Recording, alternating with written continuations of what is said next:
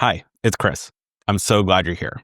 This channel is all about being on a journey together that's trying to understand how our systems of government, our systems of power, political power that is, and our systems of just society interact with each other so we can better understand it so we can lead the change we want to see in the world. Today, I'm going to spend just a little bit of time talking about elections.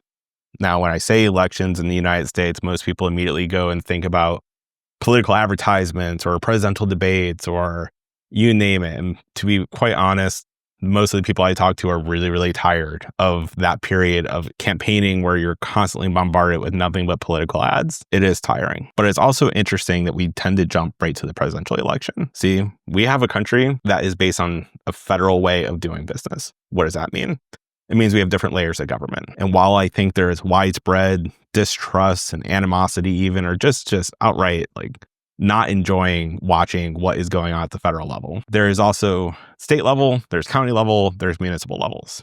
In fact, so much of our time is consumed watching news on what is going on with 435 members of Congress, 100 senators, and a president and vice president that we tend to forget that in our country, there's about 600,000 elected officials. There's a lot of people who have different levers of political power to actually create the sort of change we want to see. It's not all at the federal level. And yet, what do we see from a numbers perspective, from just a voter turnout? At the federal level, when it's a presidential year, we tend to see about 60 to 65% of the electorate turn out to vote. And that's on a good year. We've seen lower numbers than that in the past. That still means there is about a third of the population that doesn't vote. More people don't vote for either candidate or just don't vote at all than vote for either candidate. Then at the state level, when it's just midterms and state elections tend to be at the same time for a lot of states, you have about 40 to 50% turnout, about half. Then at lower level elections, think about it as county or municipal elections, you have 15 to 30% of turnout typically in those years. I think that's important for two reasons. One,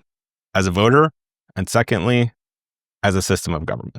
What does it mean to be a voter who doesn't show up to vote? If you're a voter who doesn't show up to vote, maybe you're not registered. I totally get it. I'm not here to blame you. But what I am here to tell you is that politicians in our current form of government really listen to two things. One, people who write the checks and what they want. We'll dive more into that in future videos.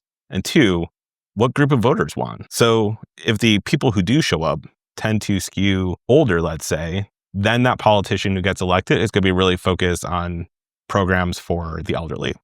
Likewise, if a ton of young people start showing up and that skews the electorate, you'll see politicians start to advocate for policies that help younger Americans.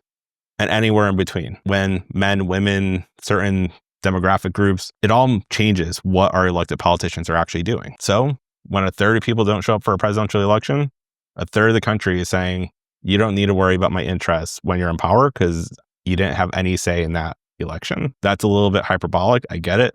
But it serves a point. At the midterm elections, we look at Congress and how dysfunctional it can be at times. Only half the country votes for Congress in a midterm election. That's the senators, the 1/3 of the Senate who's up for grabs, the entire U.S. House of Representatives.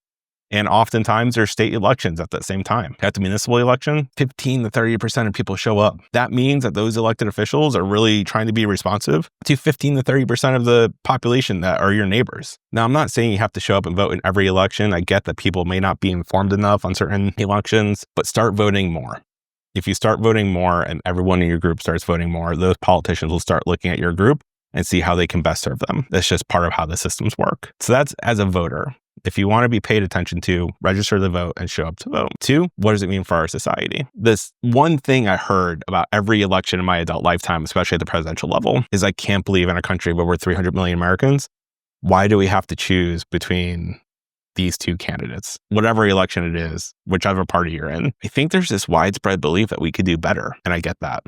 I think we could do better. But here's what a lot of people don't want to own up to. In order to be running for president, there's really only two ways I know of in order to do it that we've seen in history. One way is to have national name recognition by being an actor or by being a billionaire. The other way, the more traditional way, is simply to work your way up through the ranks in some way, shape, or form. You need time as a candidate to learn how to run a campaign effectively.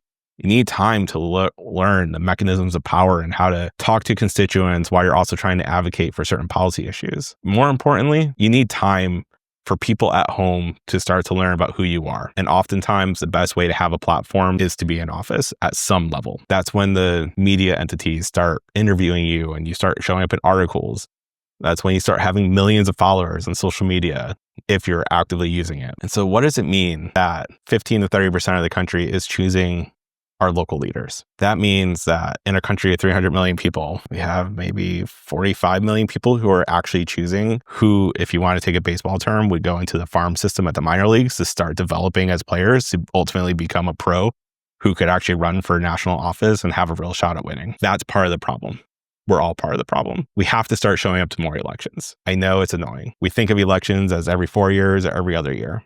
The reality is most places in our country have an election every single year. I can't go through all 50 states on this one video to tell you when your next election is or who's on the ballot or what to be concerned about. We can certainly spotlight a few big ones. But for now, you should know that your Secretary of State in whatever state you live is the source of record of who is on the ballot, when's the next election, how do you register to vote.